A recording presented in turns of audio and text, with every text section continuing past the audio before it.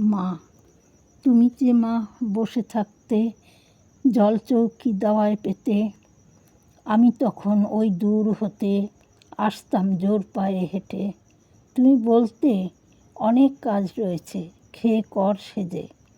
আমি তখন কি করব রেগে যেতাম তাতে। রাগটি জল হলে সব কাজ করে নিতাম আপন খেয়ালে। তুমি আসতে জলচৌকি হাতে, আমি তখন দেখতে পেয়ে নিতে যেতাম জোর পায়ে ধেয়ে। তুমি এসে বসতে চৌকি পরে, আমি তখন রাতের পুজো সেরে বসতাম অন্য কাজটি নিয়ে। একটু রাত না হতে হতে খেতে দিতে মাকে, তুমি তখন খেয়ে যেতে শুতে। ভর্তি হতে হতেই বিছানা ছেড়ে উঠতে আবার জেগে।